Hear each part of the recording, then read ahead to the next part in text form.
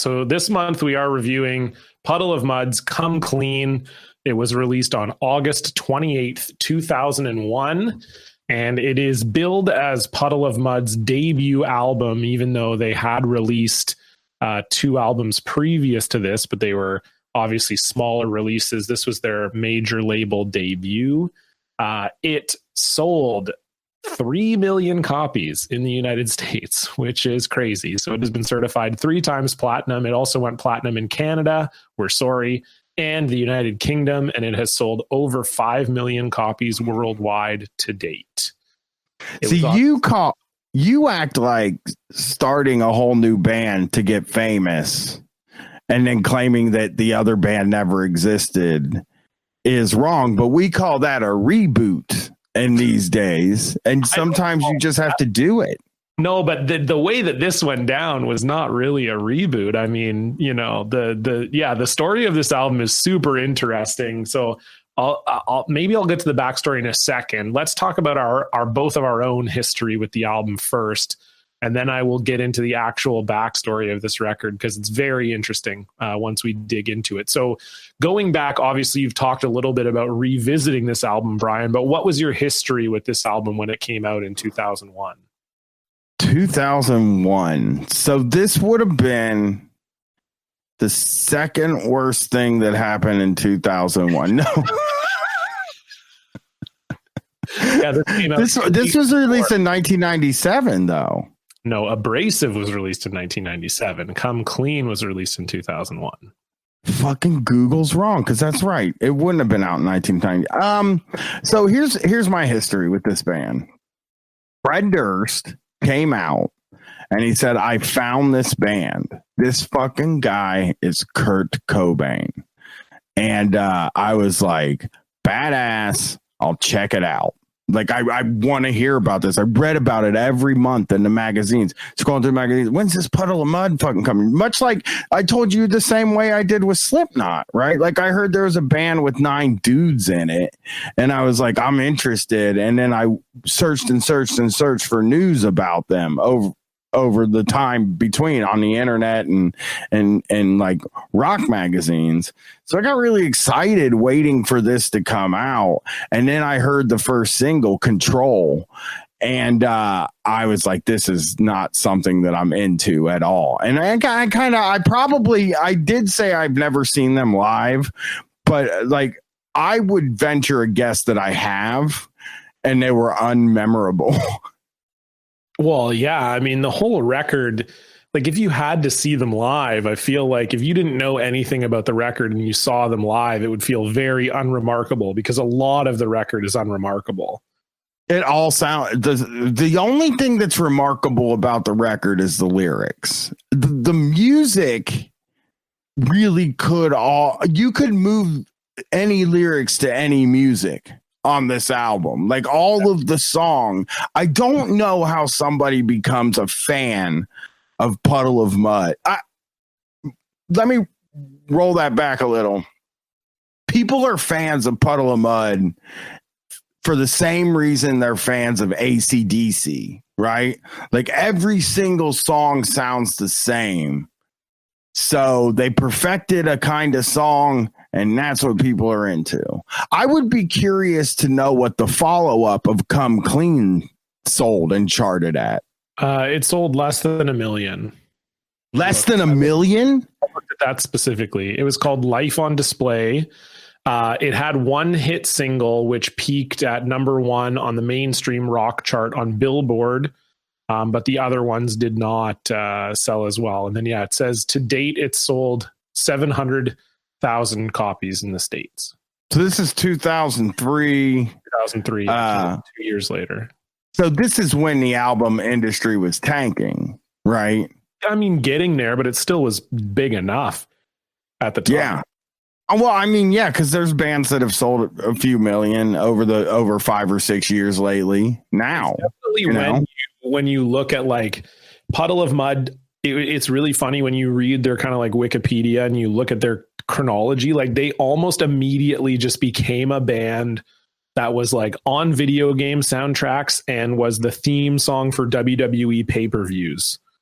Like that's kind of like their whole, it's like, oh, Puddle of Mud released this song and it was the theme song for 2002 Survivor Series or whatever. And then it'll be like, and it was featured on the Madden '04 soundtrack. Like it's just, it's like unmemorable in that kind of way where it's like, they were just like really good at background music kind of, you know, where like you'd hear it in the background and you'd never be like, whoa, this sucks.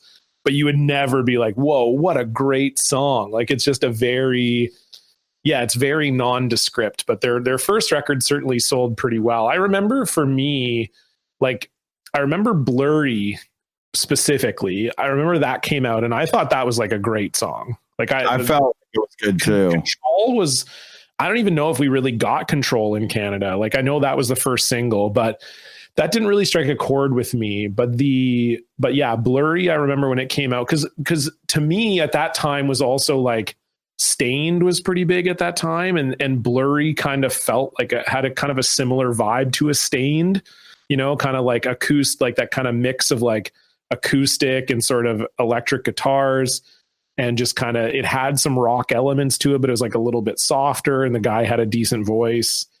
And then it just went downhill from there. Yeah, that's all I really remember. And then I remember She Hates Me came out, and I'll be honest, I've never liked that song. I think it sucks. It is just not a song that, to me, it's like such a gimmicky, it's just a really gimmicky song to have like the chorus just like, pardon? It's like one of those late era Offspring songs. Yes, where totally. they're just writing novelty songs. Yeah, it does have the vibe of a novelty song. I never liked it. And then I was just out on Puddle of Mud after that. And especially because like the chorus is like, you know, she fucking hates me. But then like I would hear it on Much Music or on the radio and it would just be like, she fucking hates me. And it's like, it just didn't even have an impact because it's like, oh, the main like word in the chorus is getting bleeped out. And it's like, oh, fuck. It stinks. Yeah. I think it's a shitty song. I think that was a calculated move to sell records so that you could hear She Fucking Hates Me. For sure. Real way, you know, because it is stupid to release that as a single. And it is an extremely stupid song. I just like it gets stuck in my head, you know, like it's one of those, it really is like a pop song in that it like really grabs you and you're like, fuck. I think the reason that I turned off to him really early on is because like I am very familiar with Control, and a lot of the people I hung out with like made fun of the song Control because the lyrics are so fucking stupid. You know, the lyrics are like, I like the way you look at me. I like the way you slap my ass. Yeah. It's just the dirty things you do. I'm in control of you. And it's like, that's not the vibe I'm going for, dude. That song, and I think this is why I turned off to him real quick. It's hair metal in a way. It has a real hair metal energy.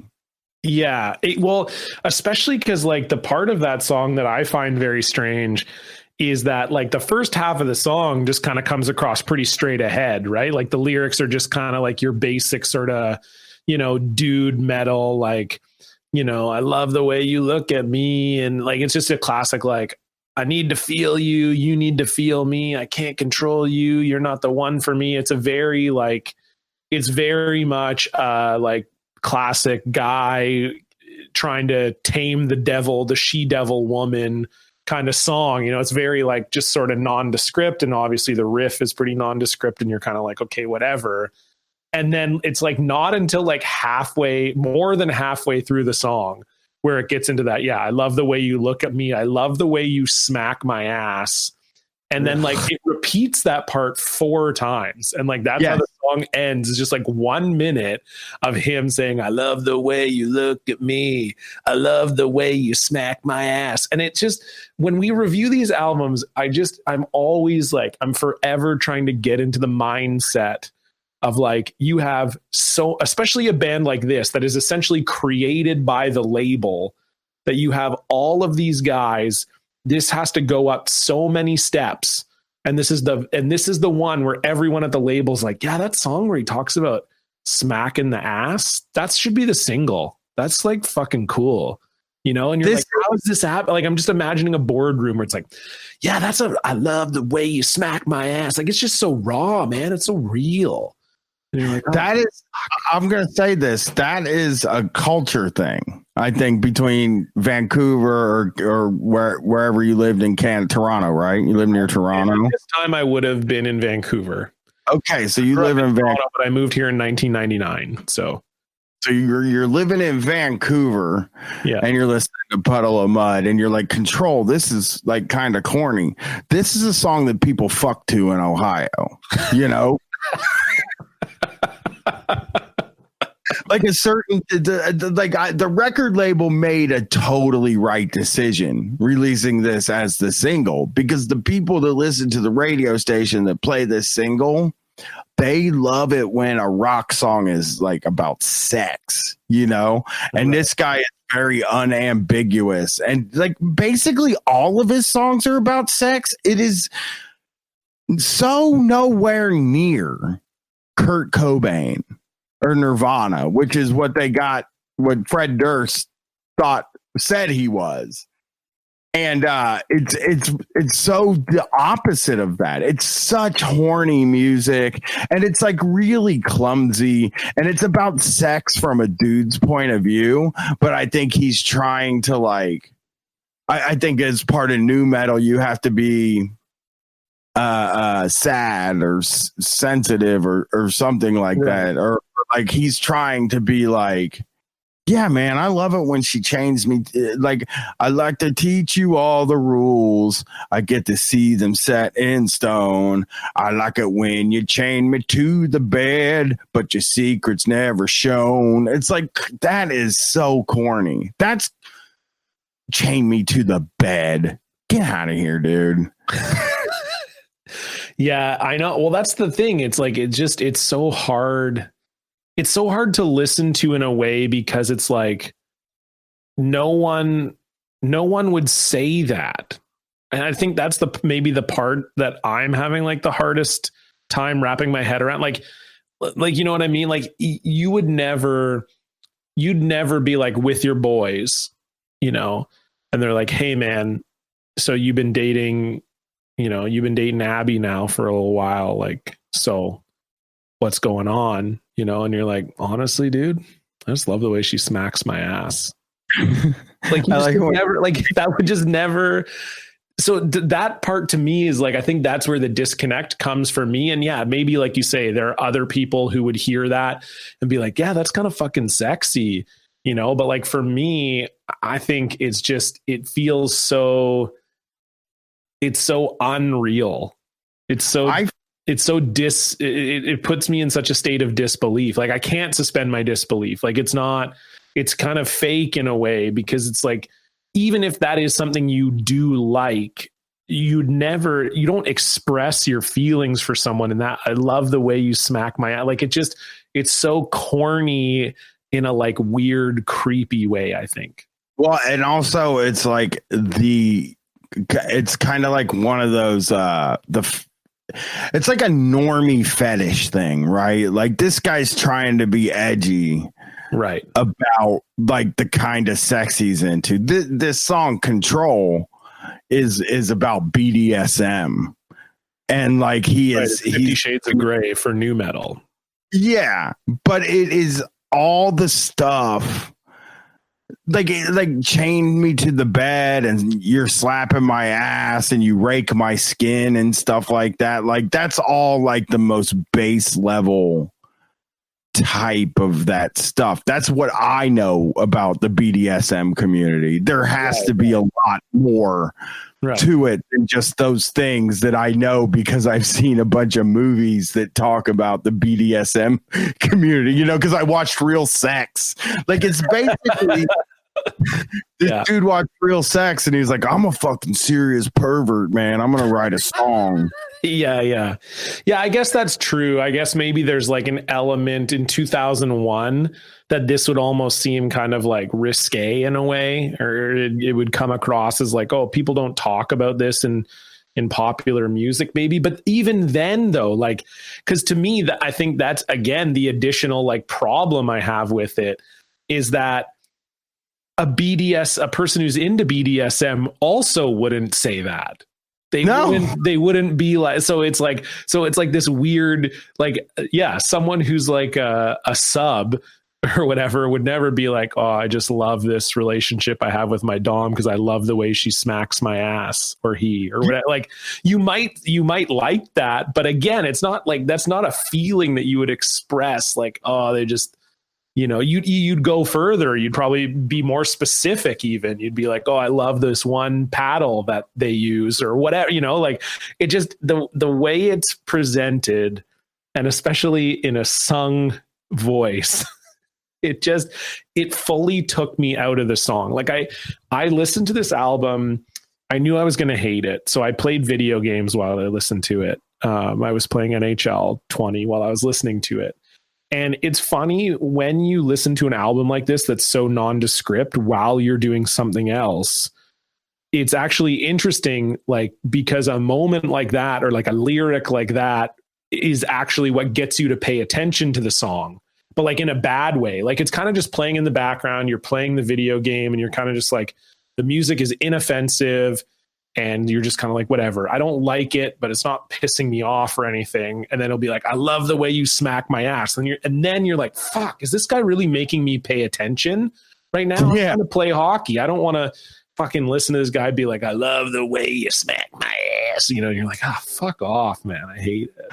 Right. There are a lot of lyrics in this album that just wake you right up from where you're talking. You know what I mean? Like, I was taking walks and like looking at my phone and writing and stuff. And I would hear something and be like, what in the fuck is he saying? I think we could do this track by track. Yeah, we don't have to. But I think this is one. Let's skip a few, like Drift and Die. Yeah, kind of like me, like, so just before we start talking about that, I want to give people the backstory of this, because it was funny that you talk about Fred Durst saying Wes Scantlin was Kurt Cobain. And so basically, because I think that this will help if you've never heard Puddle of Mud. I think the backstory of the band, I didn't know the backstory, so this was very interesting to me. But basically, Wes Scantlin's from Kansas City. He has this band called Puddle of Mud. They've been around for almost a decade. They started in 1991. They've released an EP. They've released 2 albums. They don't get much traction. They kind of just play around Kansas City, whatever. And then the band has essentially broken up. So they're not really, there's infighting in the band. They've kind of broken up in the way like a local band would. There's kind of like, they're kind of mad at each other. So they're not really talking, whatever. Then Wes Scantlin slips a demo to Fred Durst's AR person at Interscope. He likes it. He sends it to Fred Durst. Fred says, I love this guy. This guy's going to be the next Kurt Cobain. So Fred Durst sets up a label meeting in LA with Wes Scantlin. Now, at this time, like I said, the band's fighting. So Wes is like, well, I don't even really have a band. I've given this guy a demo, but I don't even really have a band. So he gets one of the original members of Puddle of Mud, and he gets 2 just like session musicians that he knows from KC, and brings them to this label meeting. It goes horribly. They hate it. Because I guess the guy he brings was like the drummer, and he's an idiot and he's a drug addict or something. That's the way it's being painted. I don't know for sure, but that's the way it's being painted. And the audition goes, or whatever, the meeting goes horribly, but they love Wes. So they say to Wes, we love you. We love everything you're doing, but we hate everything else. We don't want anyone from the band involved. We think they're stupid. So you can sign with us and we will find you a band, or that's it. We're not doing it. So Wes, of course, says, well, sure, I don't give a fuck about those guys. We were fighting anyway. He signs the contract, keeps the name, keeps the songs. So they released the album Abrasive, comes out 4 years before Come Clean. 3 songs that are on Abrasive end up on Come Clean. So each of the members of Puddle of Mud from the Kansas City version end up suing Wes in different formations to be like, well, we wrote these songs. How do you put them on this record? Blah, blah, blah. But yeah, so Wes basically forms a new band with all these people that Fred Durst knew. And then that's how the band came to be. So very interesting backstory in the sense that like this band is essentially like a label creation around this one guy who fucking sucks. Yes, that's what I was gonna say. Like they looked at this guy and they were like, "This guy's got like some heavy charisma." You know, we need to get our. I watched a 10-minute interview with him that he did on some YouTube show. Yeah, and he seems like an asshole. Yeah, and a like moron too. Like he seems like a dumb asshole. Yeah, he seems like a dumb asshole. And it's like, why? What did Fred Durst? I guess he was on his best behavior when he was with Fred and the A&R guy. Yeah. But I also feel like there's enough proof that he's never normal, that maybe they just thought he was a wild card. Honestly, maybe they thought he was the next Kurt Cobain because they thought he was going to release an album and something bad was going to happen to him. That was their hope. They're like, well, listen, to be honest, if we get one album out of this guy and then he dies, we'll probably sell double the copies we would have if he doesn't die. I mean, he is a wild guy. I'm looking at his onstage incidents, right? Oh, there's on Wiki. He's had a bunch of arrests, domestic violent ones. There was also a very strange one. Oh, here's one. Let's just go through all of them. What the fuck? What the hell? I'm trying to find out what this charismatic man that got the ear of Fred Durst. Now, my guess is that he was sold to Fred Durst as a guy that can sing like Kurt Cobain, would be my guess. For sure. Yeah. I mean, there are interviews where Fred is saying that. So it put it in Fred's head. So Fred is out running around saying this guy's the next Kurt Cobain, because Fred, it's like telephone game, you know, right? Where like Fred's not like the type of dude that would understand that, like, sounding, I guess he technically, the voice sounds like Kurt Cobain, but he has like none of the talent of Kurt Cobain, like none. He's just trying to do it. And like knowing that they started in 1991 makes them seem so even more like, even less genuine to me, you know, because it's like they were doing a grunge band and then that didn't work out. And then, you know, he was like, well, I can tour with Korn, whatever. And it annoys the shit out of me that Wes Scantlin charmed them so much that he got to live a life as a rock star. Well, it's interesting because exactly. And the funny part to me is that I think at a lot of points, this record feels like a grunge record. Like it's a weird record in that I think the two best, quote unquote, best songs on the record are Blurry and Drift and Die. And I think that those are like the the only two songs on the record that make use of like other melodic elements like acoustic guitar and kind of slow it down a little bit. And it's weird that like, it almost seems like the band didn't realize that could have been their like magic formula or whatever. It's like you've got these two songs that kind of stand out. One, She Hates Me, obviously.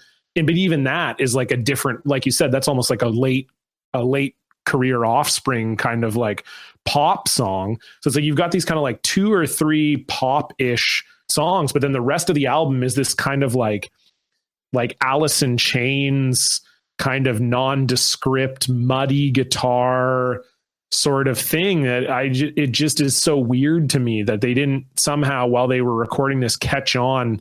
They're like, oh, we're kind of like 6 or 7 years out of the grunge movement now. Like I don't know. It just was odd. It just was odd to me. The whole record makes no fucking sense to me. It's like, this is the type of thing that would happen when there's a grunge revival, you know, when people are rediscovering grunge and kids are making grunge songs again. Like there will be bands like Puddle of Mud. The thing about it though is that like grunge, grunge isn't video game opening screen music, player select screen music, and Puddle of Mud like feels like specially designed to be like there for the creative fighter in the UFC video game.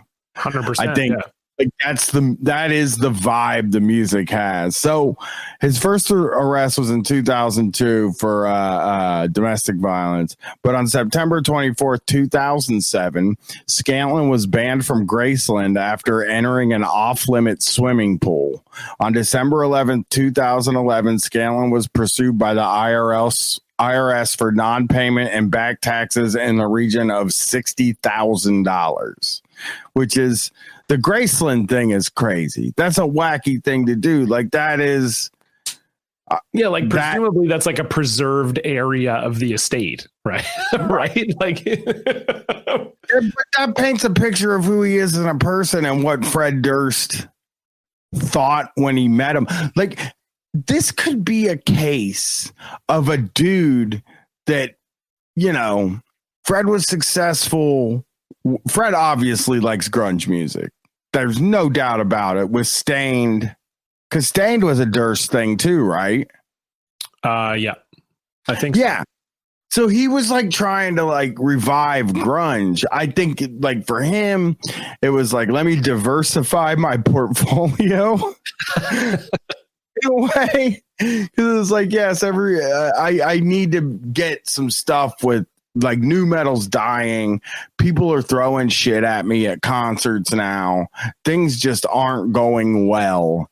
Let's get a couple bands on the label that sound like the music that people liked in 1992. Yeah, let's go back. He's like, we went back. Well, also, I think Fred too is like, knowing Fred, he probably was like, well, I don't want to create or sign bands that are going to be competition for me.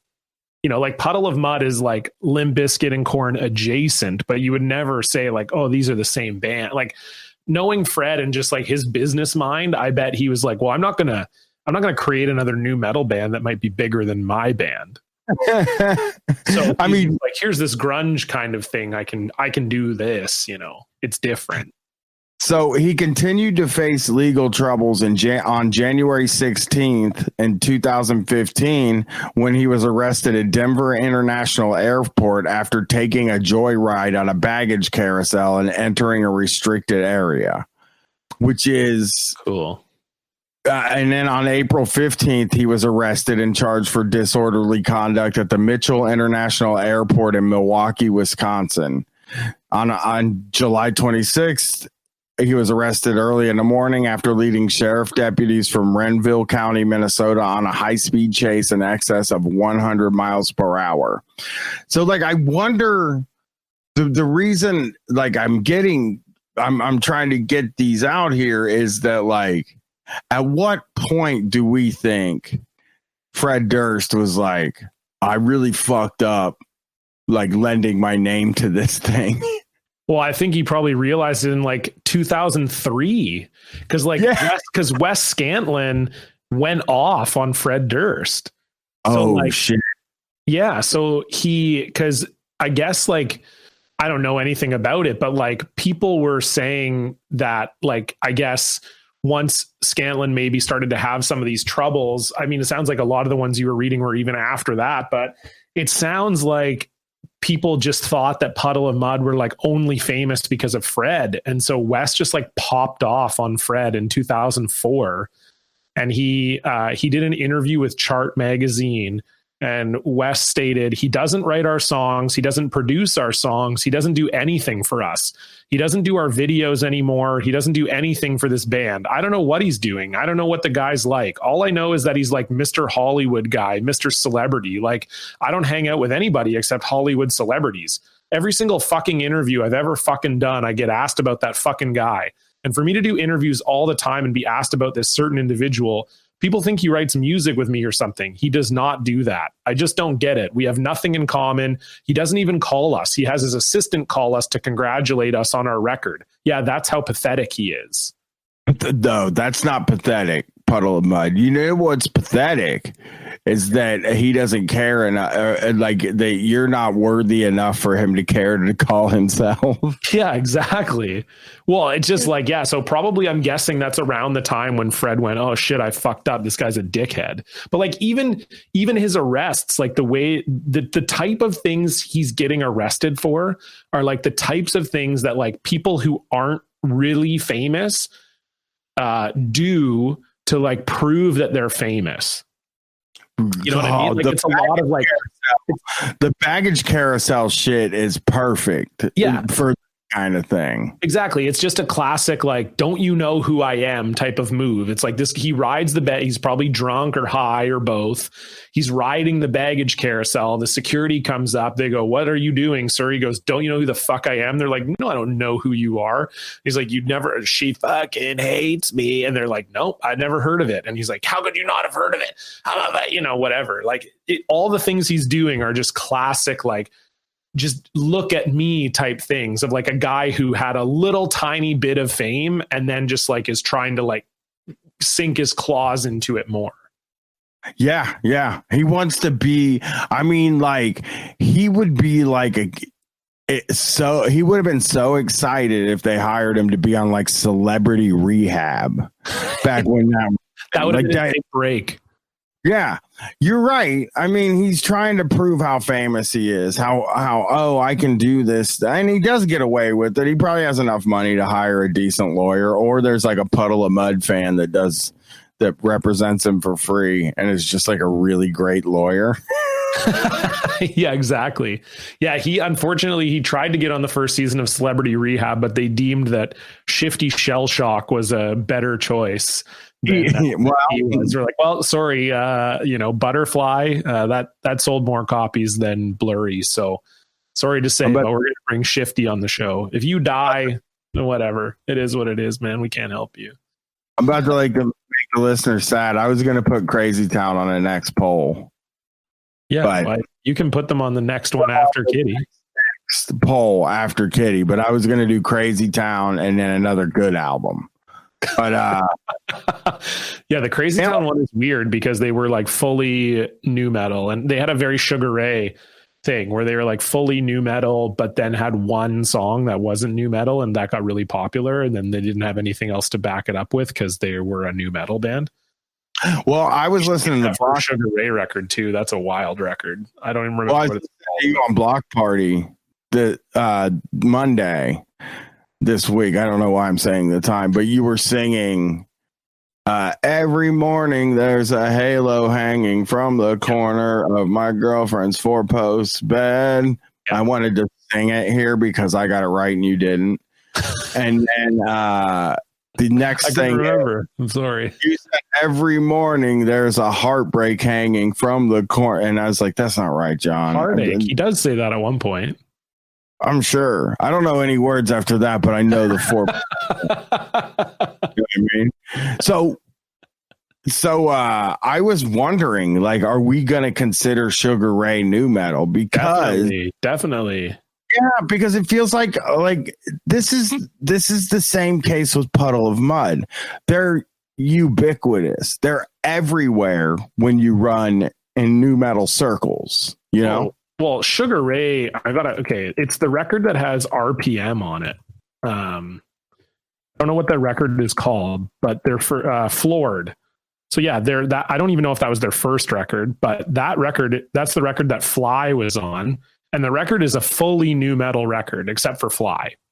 So, yeah, we could totally do that record at some point. But that's what I'm interested in. I don't think I've heard the more metal Sugar Ray. Dude, it's wild. It's not good, really, but it's interesting. Mark McGrath is great, though, right? Like he is the most successful rock guy from that period of time. I can't even think of anybody that's a close second. And he had all the TV stuff after. Like he was a TV host for so much stuff. Yeah, Mark McGrath was like Entertainment Weekly, and it probably wasn't as big of a deal as it feels to me. But back in the day, man, being on Entertainment Weekly was like only for like really special people. No, yeah, for sure. Yeah, I would agree. If I got an Entertainment Weekly, I'd be feeling pretty fucking special. I'll say that. I would love to.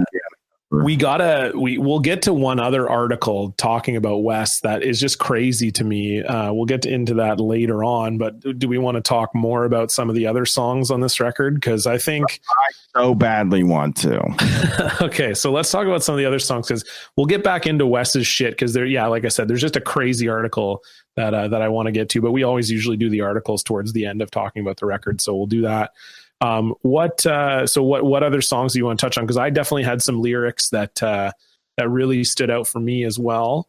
The one about smoking crack is pretty good. Great one. I believe that I have the lyric. I think it's in the song Said, yeah. Emotionless, I slip into the black, and there's no turning back. Now everyone around me is smoking crack. That is, I mean, this guy doesn't have like an artistic bone in his body. So no, because that's the kind of lyric that you would think somebody would be doing ironically. It's like funny if me and you wrote a new metal song. Yeah, it's like something we do in the challenge. Yeah. So it's funny. It's like, oh, these guys are just joking around. I mean, I feel like everyone it's around me. I have the lyric. I don't know why I'm asking you, but it's something about yeah. I think I even took up. I wanted to give the. Okay, here it is, because it sounds like I would have written this when I was 14. I would say, and right. It's crazy. Emotionless, I slip into the black, and there's no turning back now. Everyone around me is smoking crack. The tunnel is blinding, hallucinating. I'm debating life, but it's still moving forward. If I could just change the hands of time, I'd do it better. It's like, first of all, sounds like there were some shrooms or some LSD or something like that. There for sure. Handled it much worse than Incubus, who handled it very poorly. Yeah. You're like, oh my God, this I have another one. Yeah. And I let me find the song title, because I don't want people to have to listen to this whole fucking album. No, don't listen to any of it. Never mind the whole thing. Fuck. Well, there's the one lyric that's very funny, and I can't find what song it's in either. But it's like, it's something about like, it's like, my childhood wasn't that bad, but it wasn't that good. I got it. Looking back on my childhood, it wasn't that bad. It wasn't that great. I carry the luggage like a bag of bricks. Feels like it's holding down on me again. Staring down a pitch black road, painted lines show me the direction. The sun is burning on my face. The sun is setting me on fire. I can't. That one was like, I literally had to pause my video game. Like, I couldn't even. It was like, because that line starts the song. Like, imagine you're trying to write this like very heavy song, and the first line is, well, you know, my childhood wasn't that bad.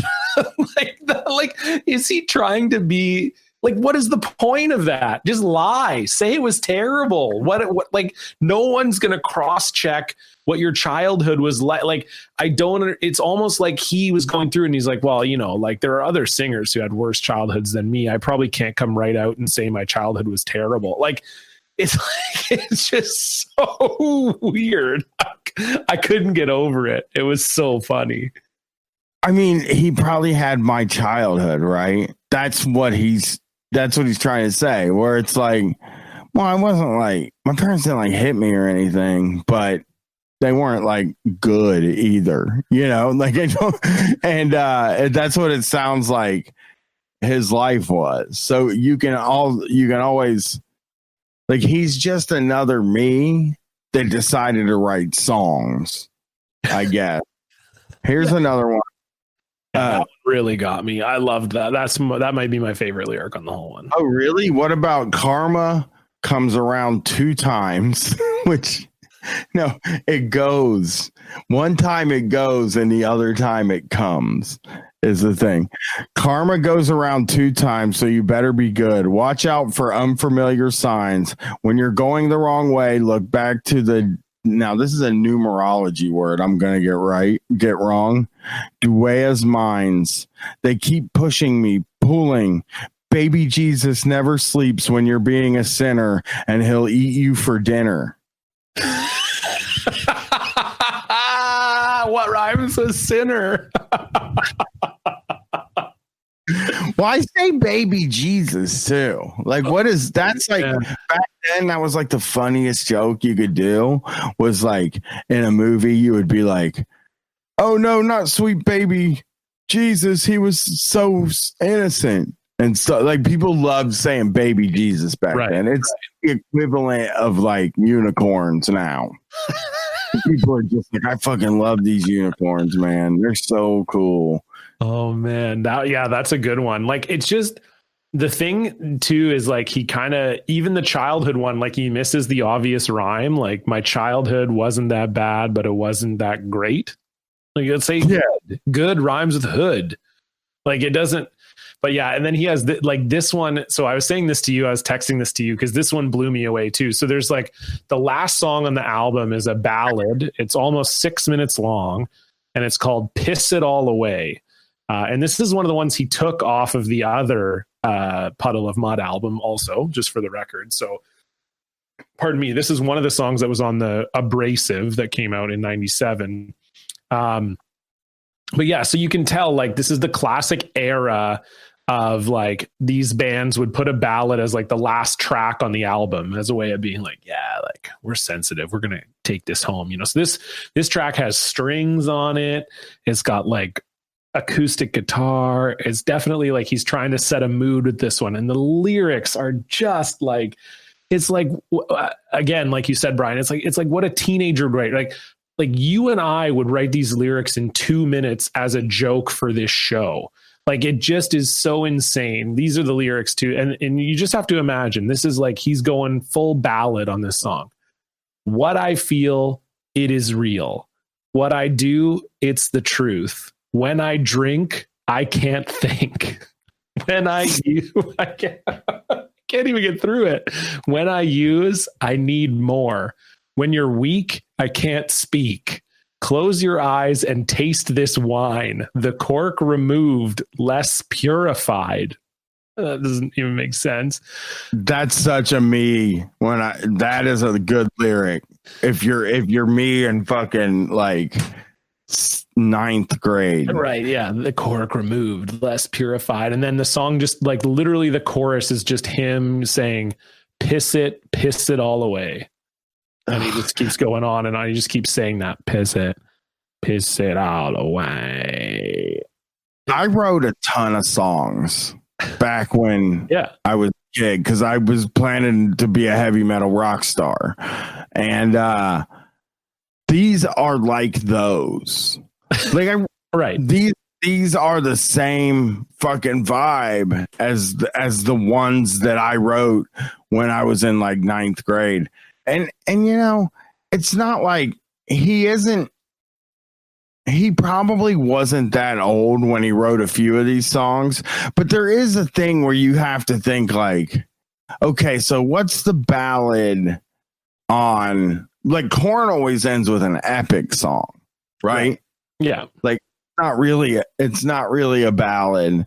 I think did Stain do a ballad? I don't know. Every Stain song was a ballad. It's Been a While is a ballad. Epiphany is a ballad. Outside is a ballad. That was Stain's kind of thing. Stain was originally pretty new metal, and then when they got signed with Fred, then they just went like they were all ballad, really. He signs these motherfuckers, and then he's like he signs them, and then he's like, you have to be a grunge band now. Yeah, exactly. You got to be a ballad band or a grunge band. You can't have anything else. I mean, and you gotta name your ballad something other than "Piss It All Away." I know what you're doing. We see through it. We know you're being clever, but like, it's bad name for bad lyrics. Yeah. I'm like so glad that things I wrote, the lyrics I wrote, never got out, because he has a real, like, my kind of, that was like his writing was kind of like mine, you know, where it's like you would try to fit like the word like reevaluate into a song, and so you would be like, okay, I need to evaluate my emotional state. Good lyric. And then you would move on to the next. Yeah. Like, that's the kind of writing he does. The words he has to use to rhyme are odd, and none of it sounds natural. None of the songs on this album sound natural at all. Yeah, no, I think that's a really good observation. It definitely seems like, and then it's both that, and it's also in other situations, he just goes for the easiest rhyme possible. Like in this song, he's like, I got to talk about my drinking. Like, I drink too much and it's a problem. And so it's like, when I drink, what happens when I drink? What rhymes with drinking? When I drink, I can't think. Yes, perfect. Like, it's like he just settles on like the most basic line you could imagine. So it's either like squeezing these weird things into it, or the like, I'm just going with the most basic rhyme I can think of. Well, yeah, like drink think is probably like the day you decide you're a rock and roll guy, you're like, okay, so drink rhymes with think. Yeah. And I have a drinking problem. I'm going to be a rock star. I have a drinking problem. So what can I say about this?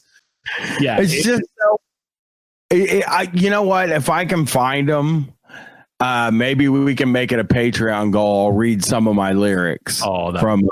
I have to see if I can find them, but I can guarantee if I read this to our audience, read what I wrote to our audience, they would say it's Puddle of Mud. Like, it's not as good as Puddle of Mud. I think he probably is better than me at writing songs, not writing. I'm probably, if me versus Wes Scantlin in comedy, I win 100% of the times. But I don't know. This album's pretty funny, dude.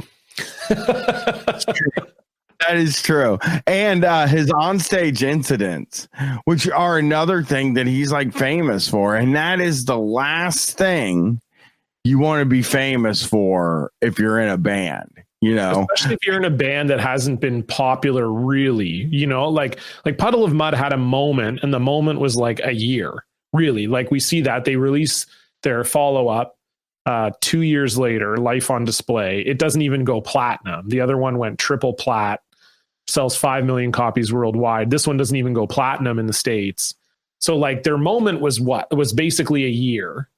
And then, so you don't want to be the guy that's like, you're famous enough to kind of play mid-tier festivals, do small tours.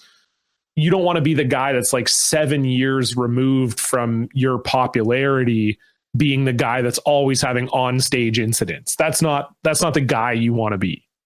No, for sure. I'm gonna search something real quick, and then I'm searching something just to see. Yeah, like if you're Travis Scott, okay, and you're like one of the most famous people on earth, and your shows are legendary for your actions, then that's great. Then you want to be the onstage incident guy. Be that guy. Have as many onstage incidents as you want. You want people to be like, holy fuck, if I go to a Travis Scott show, am I going to fucking die? Like, that's what you want, but when you're playing like the fucking Norfolk County Fair in 2009 and you haven't been famous in 7 years, you probably don't want to be the guy who's like, yeah, like 100 people were kind of milling around the stage and then he pissed on a security guard or whatever. Like, you can't, that's not the guy you want to be.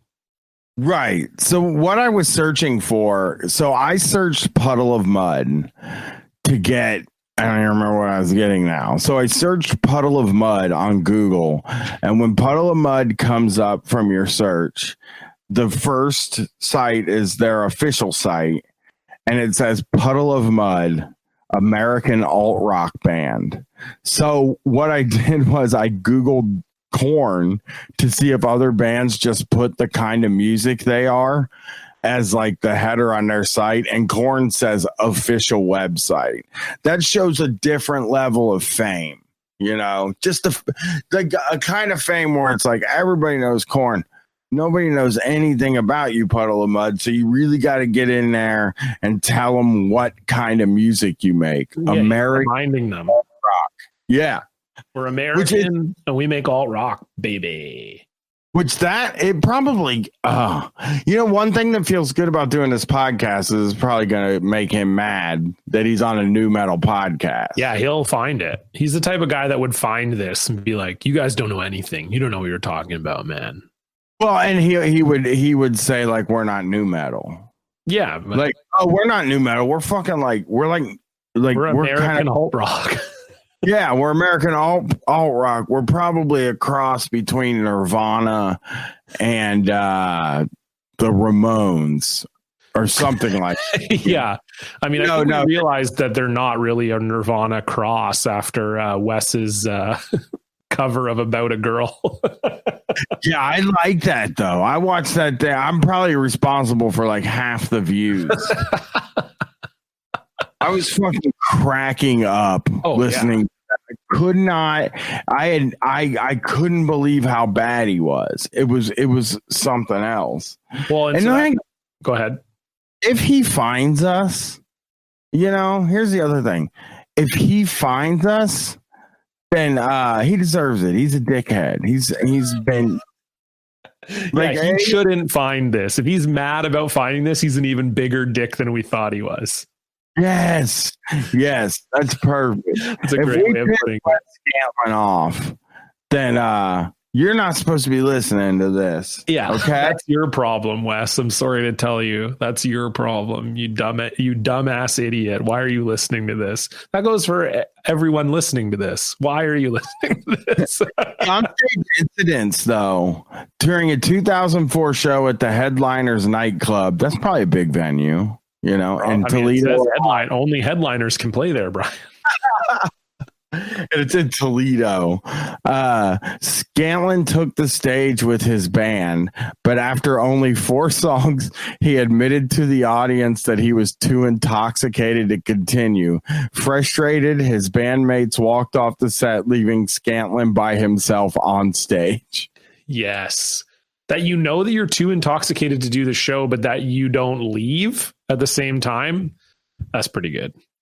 I mean, I know how this happened, right? Is that like he was getting fucking shit faced while the other bands were playing. He was hanging out with the other bands, and then he was like, "Let's cancel. Well, I don't think we can do this." You know, back in the green room, he was probably like, I don't think we can do this. I don't think I can pull it off. And the band was like, well, we have to do it because it's our job. And then he said, I think I'm going to cancel. So they said, let's go. You go out there and tell them motherfuckers that you're canceling them because we don't want to. And it was a good look of the band to get up and leave him alone on stage. Right. Well, because isn't there like kind of a thing too where like basically as long as the band starts playing, you can't get a refund kind of thing. Right. Like it's like I'm pretty sure that you can, like, as long as you play like one song, the venue can technically be like, well, that was a concert. Like, sorry, we thought the band would play for longer than 3 minutes. But like that was their choice. Like, we can't give you a refund. They played. Whereas like if they can't take the stage, then it can be canceled and you can get a refund because the headliner didn't perform. So that could have also been part of the factor too. Like fuck. There's a certain amount of minutes maybe that you have to play before. Yeah, I don't know the rules, but yeah, like I found this one too. This is a great one. I actually tweeted this out. This is from 2015. So, you know, things probably aren't going so great. And the headline is just one of the greatest headlines I've ever seen. Puddle of Mud deletes Facebook page after being booed off stage, which is just a phenomenal headline. And then it says, Puddle of Mud has been on the decline ever since their first album, but individually, I'm not sure if Wes Scantlin ever had his shit together.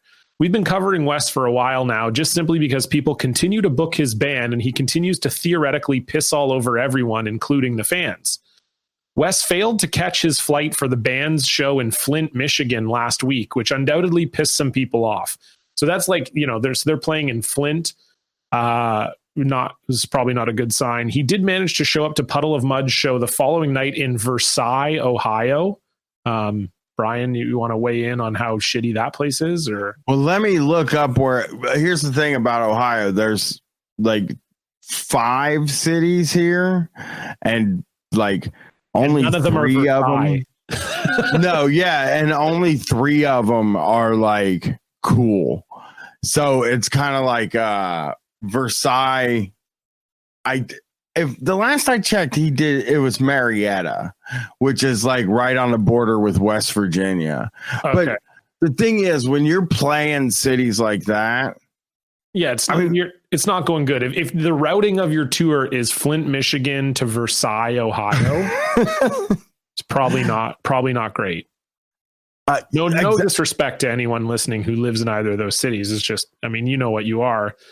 So yeah, but Detroit is where you play when you're in Michigan. Well, yeah, Cleveland, Columbus, or Cincinnati is who you play when you're in Ohio. Of course. You don't go to places that are off the map. I once saw, I think it was Breaking Band. It was one of those bands, right?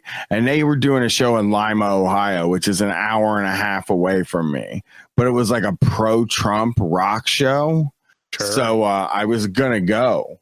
And the VIP tickets were only $90. So I could have like met them because you just pay the $90. That's not like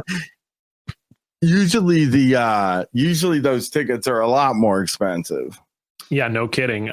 So yeah, the rest of the article goes on to say that he was essentially booed off stage because it was apparent that he was lip syncing. And if you look up the band, there's a bunch of accusations of them lip syncing and videos and stuff going back to like 2009. So like, it is funny to me that Wes kind of got some notoriety for covering that Nirvana song so shittily. It's like, obviously he shot his voice. Not that it was ever that great to start with, but he's obviously shot his voice because they've been lip syncing for like a decade.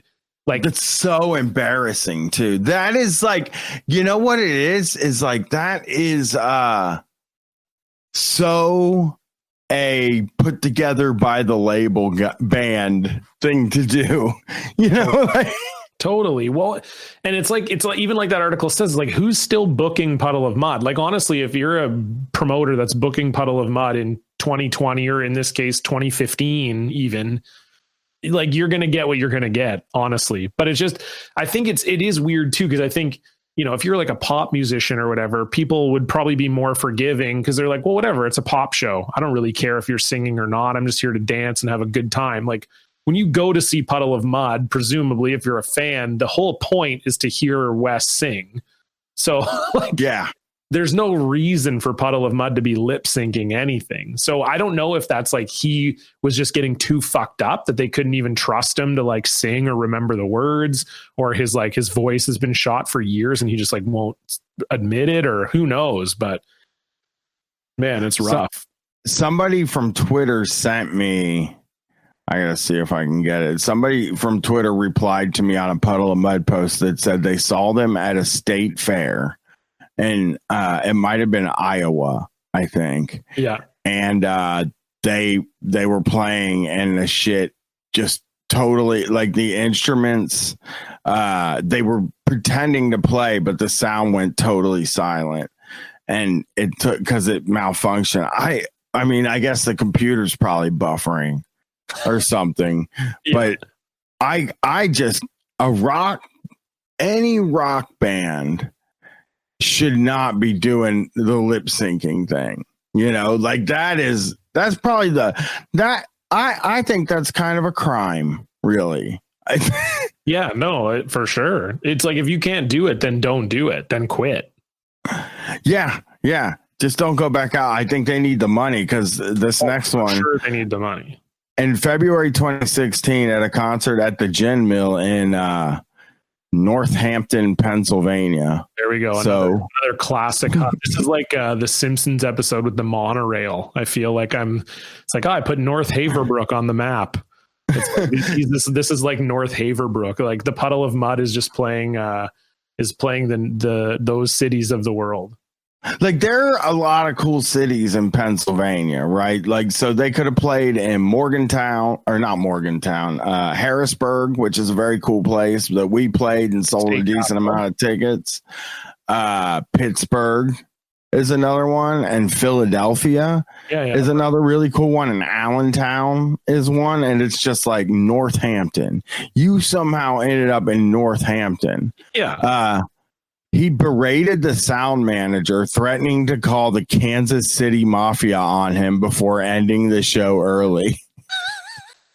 And that's what we know about the Kansas City Mafia, that they will travel to Pennsylvania to take care of some business for their boy Wes. I wonder if he knows anybody in the Kansas City Mafia. No, I don't think so. I mean, this is a perfect segue. So the article we were going to talk about that I found, this is from 2003, and it's titled "The Prodigal Son," and this is in the Kansas City Pitch, which appears to be their local free arts and culture newspaper. So, like most major cities have a kind of left-leaning art focused newspaper. So this is obviously something that people would take seriously. Presumably it's still around. This article is from 2003, and it's called "The Prodigal Son." And basically the entire article is about how everyone in KC hates Wes for turning his back on the city essentially, and basically fucking over his entire band and giving them shit. And they interview his mom. So they're talking about his mom, and and it just is funny to me because this article is clearly putting him down. And this is I'm assuming a respected paper in their city. And this is his mom talking. The problem isn't with Kansas City, and it's not with the fans. It's the people in the music world who feel it's necessary to tear Wes down. They say he deserted his friends, and well, that's not true. And then the person writing the article wrote, maybe it is. Maybe it's not. I mean, it's hard to tell with that kind of thing. Of course, yeah. Maybe he didn't screw his friends over. I have this thing here where Wes Scantlin's behavior lately has been suspect. In January, police charged him with breaking into a home he lost to foreclosure and causing $7,000 in damage. Then he stormed out of an Ohio show after a tirade in which he accused an audience member of stealing his house. And there's actually video of this telling this guy that he stole his house, which, I mean, if the guy was the specific guy that foreclosed on him, then he can yell at him. That's fine. But don't end the concert early. The problem with him is that he ends the shows early. So I think I've told this story on a show. I saw Deftones open for Godsmack one year on a big amphitheater tour. And when they got on stage, Chino was very obviously drunk. And he was the singing wasn't perfect. It didn't sound super good. And he would stop in the middle of songs and just start talking and stuff like that. And it's one of my favorite concerts I ever went to because they did their whole time and it was weird and different from all the other ones. If they had come out and he was drunk and they left after 4 songs, I would have a vendetta against them to this day. Yeah, of course. Absolutely. Absolutely, you would. Yeah, I think this guy, I mean, he's the best word to describe him is try hard. Yeah. But the other best word to describe him is sex nerd. He's like a sex nerd.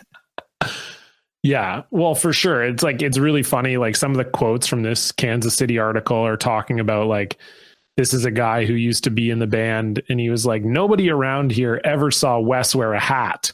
Then he disappeared for a year and went to Fred Durst Rock School, where you wear a hat and look mean. What about Stained, man? The guy never wore a hat in Stained, you know. Aaron Lewis didn't start wearing a cowboy hat till he wasn't in Stained anymore. Yeah. Just such a fucking asshole. Like, this is the kind of dude that, like, there's probably 100 bands that sound like them, and you just wish one of those got famous instead of him because he's a fucking asshole. But he is also living the I used to be famous and now I'm broke life, which is kind of satisfying. Oh yeah, for sure. Yeah, I mean, this whole article is very interesting. I would say anyone should read. It's a very interesting read. It's quite long. It's like probably 2,000 words. And one of the funniest parts is where Wes Scantlin blames the band sucking on the drummer leaving for Three Doors Down, which is just like a fact you can't make up. The guy that they just like assigned to the band when they got famous left the band after they recorded their second album, and Wes is like, yeah, once Greg left, the band was never the same after that. It's like, well, okay. Sounds good. And yeah, I mean, and even in this article, like, Wes gets mad at the magazine or the newspaper for even doing the article. Like, they obviously called him for an interview, and then he's like, The writer says, if anything, Scantlin's astronomical success has buttressed the paranoia and doubt he has erected to safeguard against current and former enemies. Quote, we never got any love from the pitch, Scantlin says. It's strange to be getting love from people who never gave us love back in the day. Did somebody pay you to call me? You didn't even want to do this interview, did you? And then it says, yeah, he had reason for suspicion. Most local media outlets slept on the band until it exploded on the national scene. And Scantlin has since become accustomed to critical lashings near and far, which fuel his jaded songwriting. In life, you get beat down, kicked down, walked over on, and shit on. And that's the kind of emotions I'm writing about, Scantlin says. Deception, anger, frustration. I'm writing about a lot of the paranoid type feelings that I think are happening around me. And most of the time, they are. Yeah, he needs to see a therapist and stuff. Like, and somebody needs to tell him that, like, you don't have to be famous to make your living doing your thing. If that makes sense. Like, I'm not famous, but I make my living doing my art. So I'm not going to, like, ride on the baggage claim thing at the airport so people look at me while I'm there, you know? Totally. Yeah. I won't be riding the Vancouver baggage claim at any time. Okay. Let's get into our review of this record. Did we want to talk briefly about the album art and how bad it is? Well, I don't think it's bad. I don't think it's bad. It's just a fucking black and white, shitty looking cover with a kid pissing in a bush with his pants down. Yeah, that's what I'm saying. There's something going on in it, at least. I don't like it at all. There's a kid taking a piss. It is weird, though. That's a weird thing to have on the cover of your album. Yeah. Okay. So for those of you who are new to the show, every month we review the album using a tweet defense. So this is if someone was to tweet at Bryan or myself saying how bad this record is, how many tweets would we do in defense of this record? Bryan, how many tweets would you do? Okay, I'm going to give it a score. I'm going to say 1. Okay. And it's going to be like, she fucking hates me. But what I really want to say is I would ignore it and act like I didn't see it and not give it even a courtesy fave. Oh, yeah. You just don't even want to talk about Puddle of Mud. Yeah, I mean, I like She Fucking Hates Me. I guess that's the one tweet, right? Where it's like they say something, I'm like, she hates me though is a pretty fun song, and I'll be like, yeah, that's true. Yeah. So I'll give it a 1. 1 is a perfectly respectable score for Puddle of Mud. Yeah, I agree. I think I'm in the same boat as you, and I almost like I would defend Blurry in the same way that you would defend She Hates Me. I still think it's a pretty good song. Even listening back to the record this time around, I was like, okay, this leaps off the record. It stands out as like a good and interesting song. And the lyrics in it aren't terrible to a point where you would not want to listen to it. So I'm all good with that.